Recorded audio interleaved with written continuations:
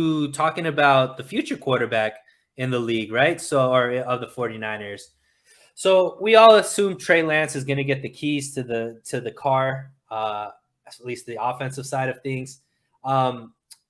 We all know what his talents are. We all know his mobility and his arm strength. But do you feel like Shanahan? Do you expect any like wrinkles to the offense, or do you expect any wholesale changes? Like, what do you expect um, from a Trey Lance run offense?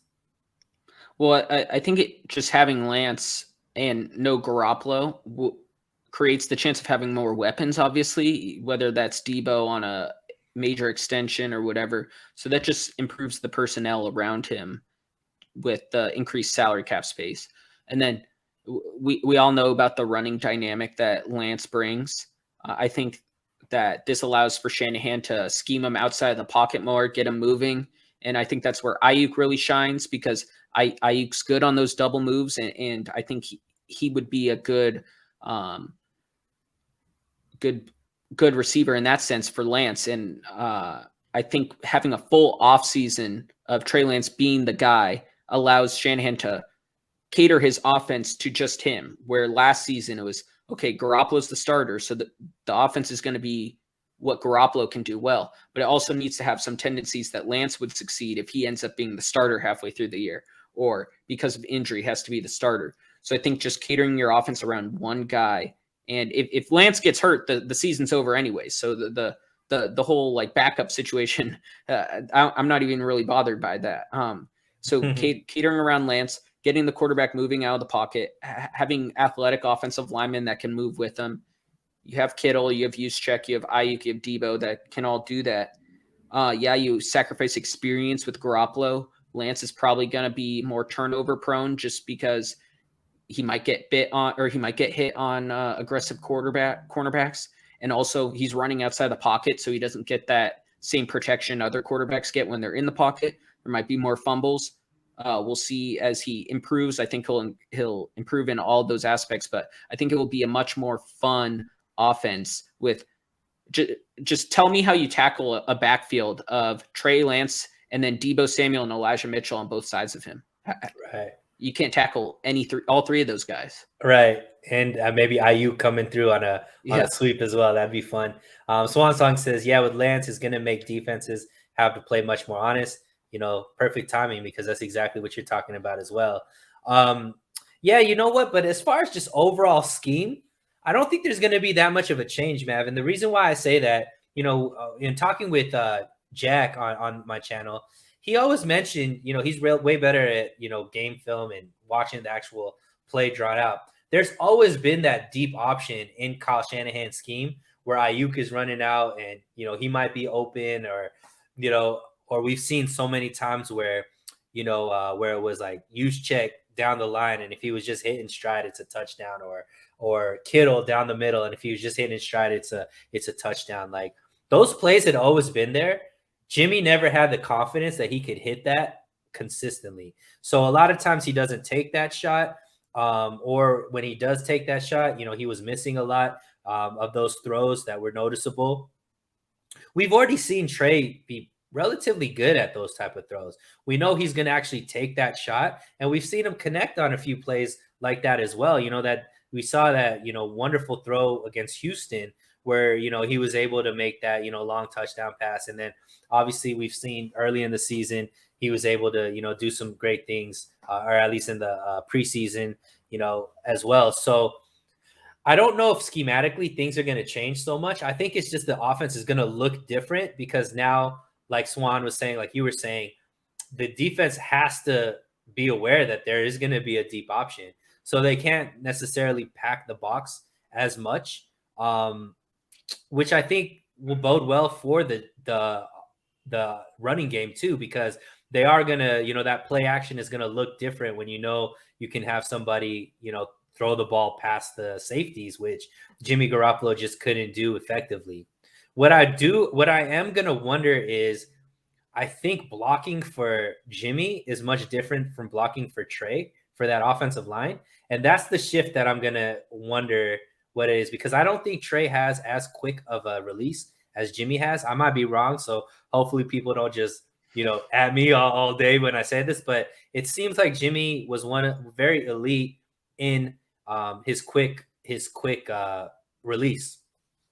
And I don't know if Trey has that. And I don't know if Trey's mentality is to just get the ball, just dump it off kind of thing. I think he's looking for that bigger play, which means he might hold the ball a little bit more. And the offensive line hasn't been elite in pass protection, right? They're very elite in run protection, but pass protection, not so much. So I wonder what that's going to look like. And hopefully, we mentioned that we do believe that the offensive line needs to be upgraded regardless of who's back there at quarterback. But especially if Trey's back there, you would think that, they need to get some guys that could hold up in pass protection, just not focus on guys that could, run the zone blocking scheme.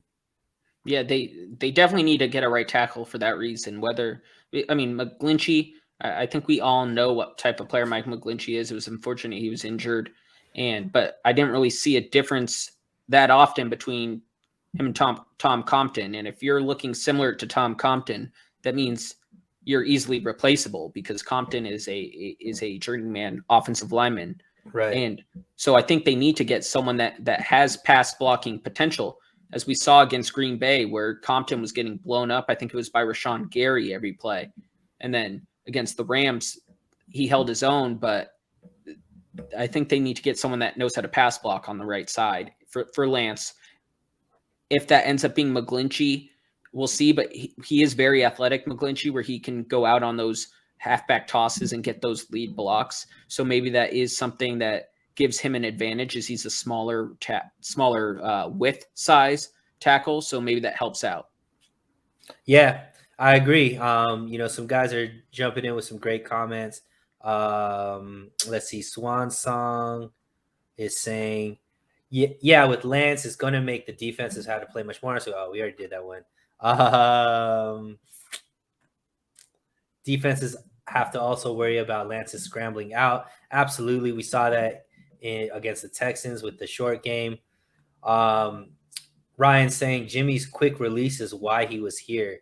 Accurate, man. He played very well in the system for Shanahan with that quick release. Swan rebutting that with the biggest problem with Jimmy. He is a one-trick pony, and Kyle schemed for his quick release and finding the open guy. Absolutely. I mean, but once team took that away, Jimmy is scary when off schedule.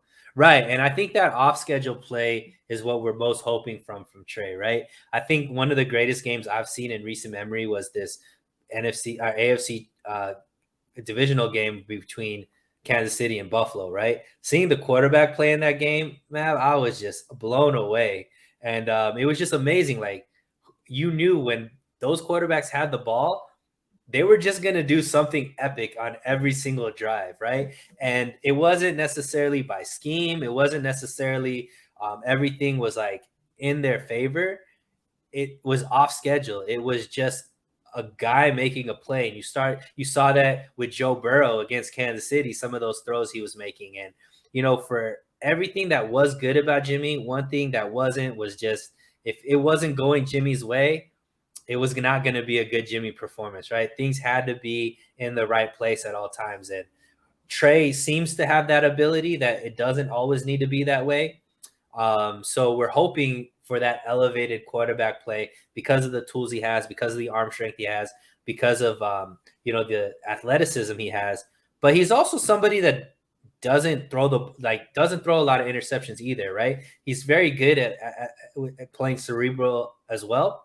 But I mean, that's something I'm looking forward to. What about you, Mav? Yeah, just thinking of all the non-Brady Manning quarterbacks that in the last 15 years that were really fun to watch. It's those guys that could improvise, get out of the pocket, and do something. When Ben Roethlisberger still had any trace of mobility, that was his thing, is he would do that backyard football stuff and get out of the pocket and do something. Mm-hmm. Mahomes, we see that weekly. Josh Allen. Just thinking what Joe Burrow did when he was getting up, he would run up in the pocket. And Burrow has a horrible offensive line, and he's still able to make those plays.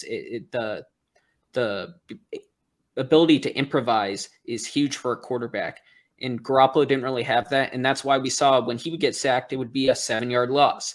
When Mahomes gets sacked, it's a 20-yard loss, 15-yard loss, because he's sacrificing running back to free up some space and then throw it downfield because he's able to do that. And I'll take that risk. I'll take losing 15 yards, and if he gets sacked, we have to punt. That's fine.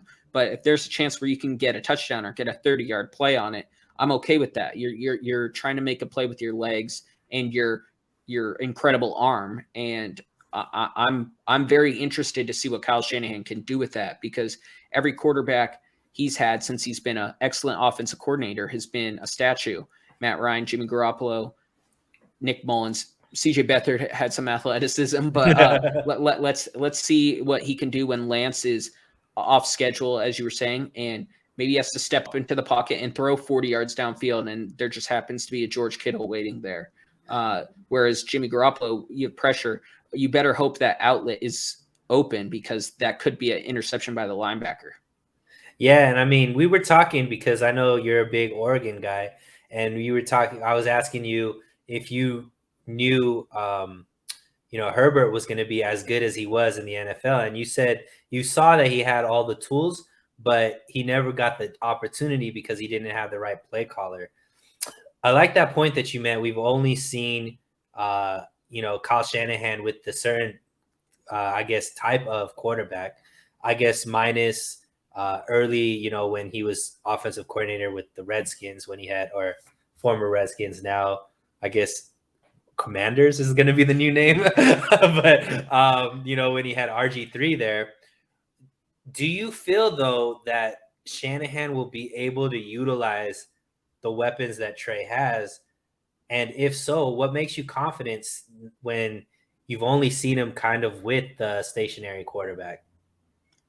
I'm confident that Kyle Shanahan can figure out a way to get anyone open if he really wants to. Like, if he wants to get Deebo Samuel the ball, he will get Deebo Samuel the ball. If he sees that this is a George Kittle game, he'll do that. Go back to the Chiefs Super Bowl. Use check, for some reason, was the matchup problem for the Chiefs. So we saw a ton of use check in that game. I think he can find a way for Trey Lance to get each guy the ball. This just adds 2 more tools for him. It's, to bring it to a baseball analogy, if a guy has one really good pitch, yeah, that's great. But if you add 2 more, then you can turn him from a 1-inning guy to a 3-inning guy, because he has 3 ways to keep the hitter off balance.